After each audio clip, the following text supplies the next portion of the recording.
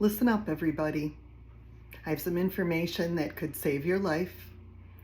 May is National Skin Cancer Awareness Month, and I'm going to share my skin cancer journey with you.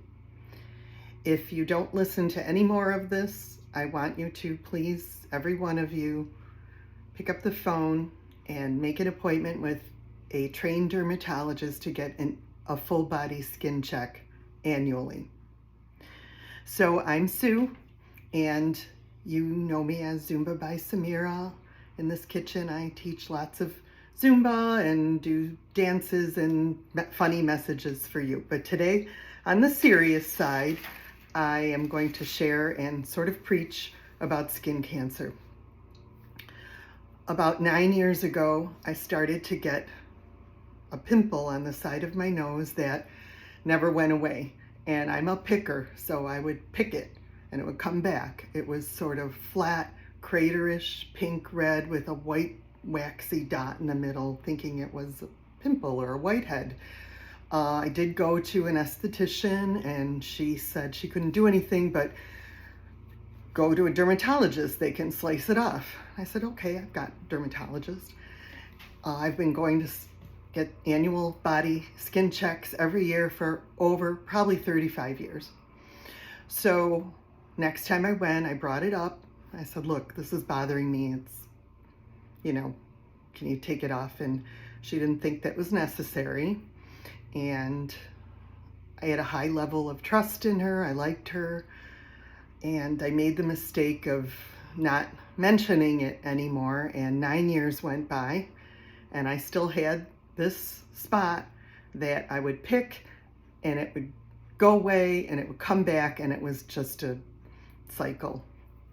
So last September I went to a dermatologist who I see occasionally for laser treatments.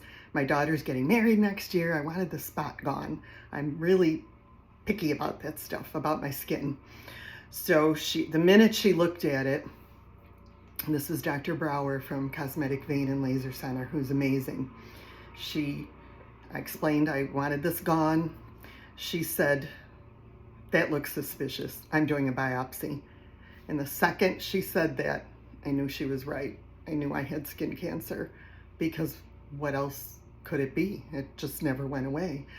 In my mind, skin cancer, I was looking on my body for black moles, black things with irregular edges, more about, melanoma type of thing, and not this. So 7 years ago, I had breast cancer, and I know the routine. You get a test and you wait. So I waited probably over 3 weeks to get a positive result. It was basal cell skin cancer and squamous cell skin cancer. After the biopsy, it almost flattened out completely.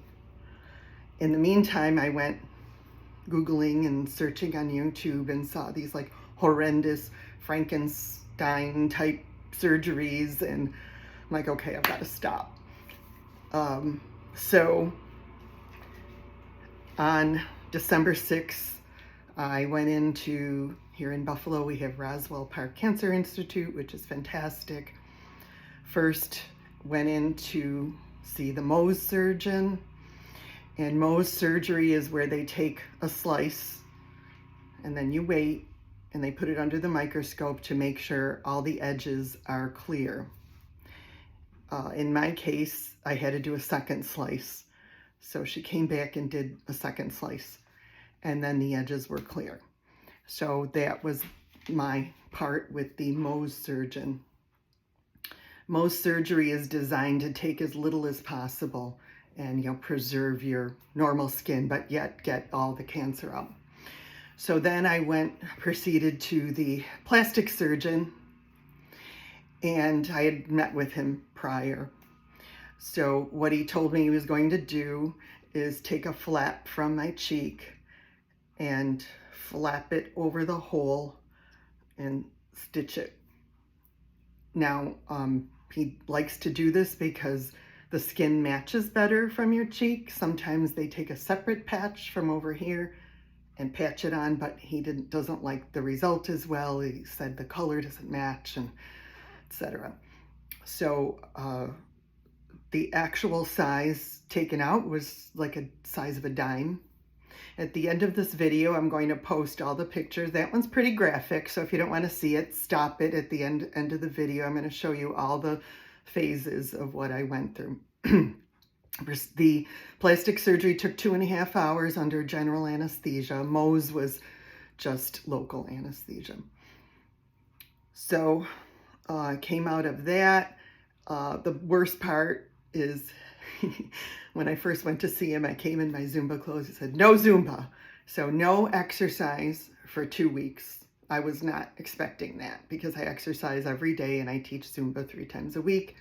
But I get it. It's like skin graft. You want it to heal. You don't want your blood pressure to go up. You don't want to do anything to compromise the healing. So a couple more follow-up visits. First, after a week, he took off some stitches. After 2 weeks, he took off all the stitches. And I was left with a puffy area. They call it a pincushion look. So it was all healed, but it was puffy. So you've seen me on social media with various Band-Aids on for the past 6 months. He did tell me before even the surgery that I would need a second surgery to thin out the area. So I was expecting that. So April 30th, I had another plastic surgery, local anesthesia, about an hour, where he thinned it down and sewed in a compression bandage. That I had a little problem with. By the time I went, it started bleeding a little bit, which I thought was normal, but when I went back a week later, it was an open, gaping wound. So that scared me a little bit. I had to put Silvadene ointment on, keep it covered for another, 3 weeks. In the meantime, I'm taking all the vitamins I can, putting my LED laser on it and trying to heal it up. So recently, so that was only a week ago that I was able to stop wearing the Band-Aid. Now, I have a little one on, just because it's still not looking, fantastic, but it's a lot better. It's a lot better than it was. So at the end of this, I'll show you what it looks like now. Eventually, I may need another surgery. He mentioned laser, microdermabrasion, chemical peels. I've had all those things anyway, so it's definitely a lot better. I don't know if I'll ever look 100%, but I feel lucky that it was found, when it did, and it didn't go out any further. There's nothing more humbling than sitting in the waiting room of a head and neck department in a cancer hospital. This is nothing compared to what a lot of people go through. So I do feel lucky, but I also would like to give you some advice to make sure you get those skin checks. I can't believe how many people don't do that. And you might say, well, you did go for skin checks. Doctors are human. If you have, look at your body yourself, point out those areas of concern. My mistake was not pointing it out for the next 8 years. I just trusted her. Go to a trained person, one that looks at you through a magnifying glass, head to toe. I have a friend who takes a pen and circles all the marks that she's concerned about. Great idea. I also had a friend who I recommended she get a skin check. She went to the dermatologist and he said, what are you doing here? So you definitely want to go to a trained dermatologist in skin cancer. Yes, I'm at risk because I'm fair, blonde hair, blue-eyed. Anyone can get skin cancer. Any people of color, any ethnic background. I've had people tell me I'm Italian, I'm fine. My mother-in-law was 100% Italian and probably had dozens of basal cell cancers removed. Anything that you think is suspicious, bring it up. If you don't like their answer, get a second opinion. If you're in Buffalo, I have a couple of names of good places, good dermatologists, and I will be going to Roswell from now on for my skin checks.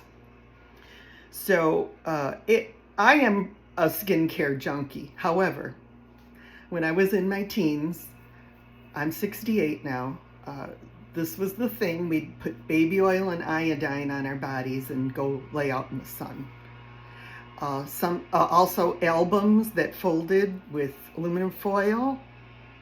Some of my friends used Crisco. So that's not good, and that is probably coming back to bite me. I stopped all that in my mid-20s, but I'm sure I had some really bad burns. I've never been to a tanning booth though. Wear your sunscreen, get your skin checks, watch out for those tanning booths, watch out for the sun. I have a couple of statistics here. 1 in 5 Americans will get skin cancer by age 70. I believe it. 5 or more sunburns in your lifetime doubles your risk for melanoma. Early detection is key. Get those skin checks. More people are diagnosed with skin cancer each year in the United States, more than all other cancers combined. 90% are due to the sun and UV radiation. And just to repeat, any people of color, any ethnic background can get skin cancer. Obviously, fair, blonde hair, blue eye, red hair, you're gonna, be at greater risk too. So I'm being a little preachy. I do want to share my journey with you because I have been looking a little odd the past 6 months. I do feel grateful. And at the end of this video, I'll have the series of what I looked like all along. You don't have to look at it. I'm actually fascinated by these things. And I would like to help and share my story. And if you have any questions, please contact me. And that's it. So I'll show you what it looks like now. This is the other side. So we tried to do a little line here and thin it down. So it's getting there. It's getting there. Hopefully by the time my daughter gets married next year, I won't need the Band-Aid. So thank you for listening. I can't believe it's the end of May already. I had to get this in on May 31st. Hope you're well, and I hope you appreciate all the information, and I hope to see you in Zumba class. Adios.